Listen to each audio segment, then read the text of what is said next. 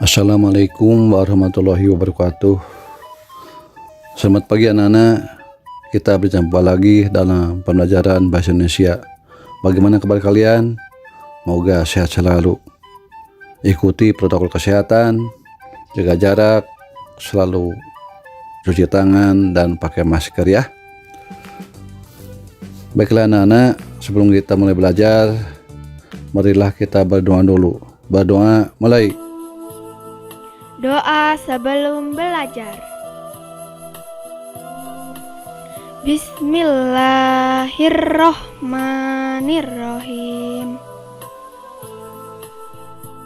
Rabbi zidni ilma warzuqni fahma.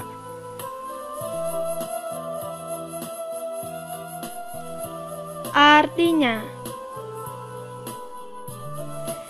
ya Allah, tambahkanlah aku ilmu dan berilah aku rezeki akan kepahaman. Selesai. Anak-anak yang Bapak cintai, pada pertemuan kali ini kita akan membahas materi masih berkaitan dengan cerita fantasi. Adapun KD yang ingin dicapai nomor 3.4, menelaah struktur dan kebahasaan cerita fantasi yang dibaca dan atau didengar. Adapun tujuan pembelajaran yang diharapkan bisa dicapai setelah kalian mengikuti video pembelajaran ini adalah: 1. Kalian diharapkan dapat menentukan struktur cerita fantasi yang dibaca.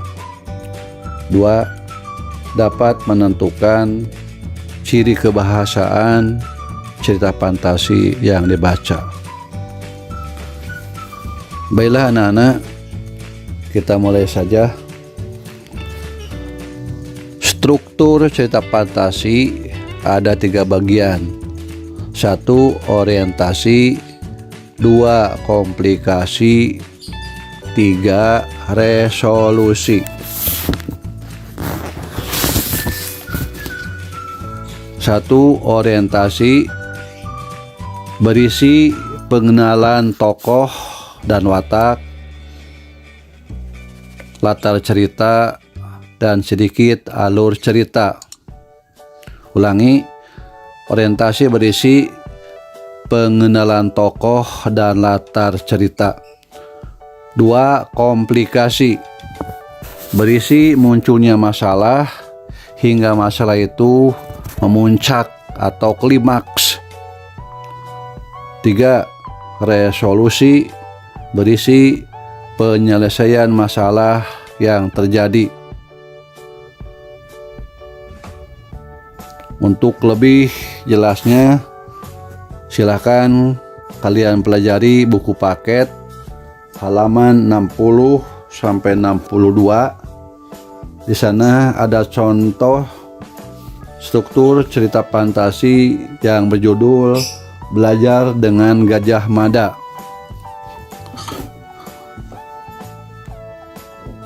Jadi secara umumnya struktur cerita fantasi itu: 1. Berisi orientasi yang merupakan bagian pembukaan cerita, pendahuluan cerita. 2. Komplikasi merupakan batang tubuh cerita, ini bagian yang paling banyak. Dan yang ketiga, resolusi, ini bagian penutup cerita.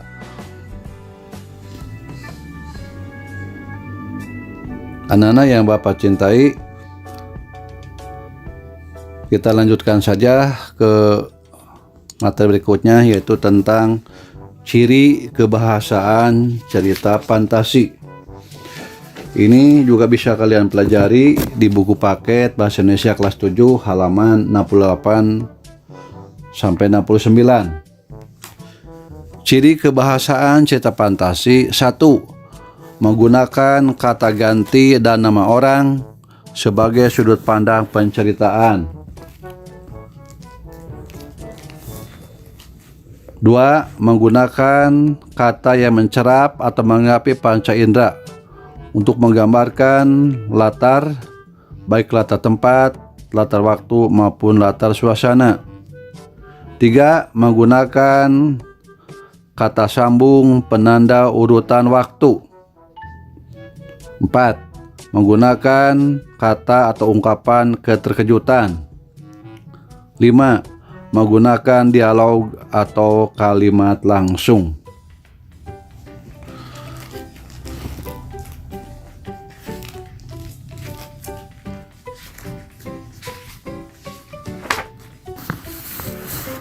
Anak-anak, pembahasan tentang struktur dan ciri kebahasan cerita fantasi Bapak kira cukup.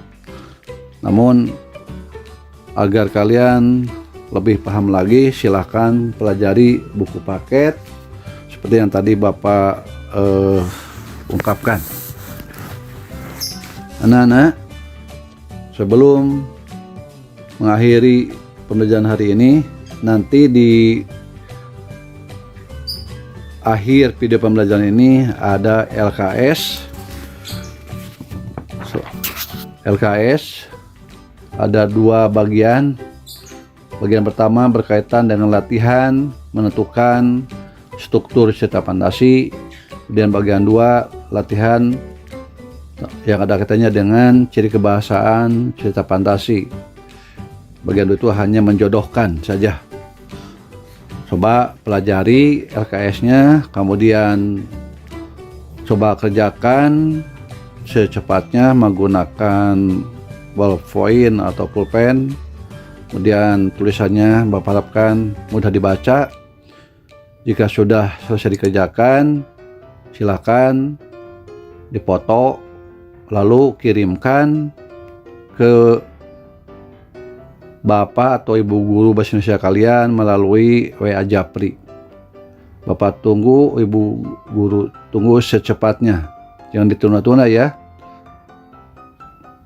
Nah, begitu saja pembelajaran pada kesempatan kali ini. Mudah-mudahan apa yang Bapak bahas ini bisa kalian pahami. Dan untuk lebih lanjut lagi, silahkan kalian pelajari buku paket seperti yang Bapak sebutkan tadi. Rupanya pertemuan kali ini Bapak cukupkan sekian.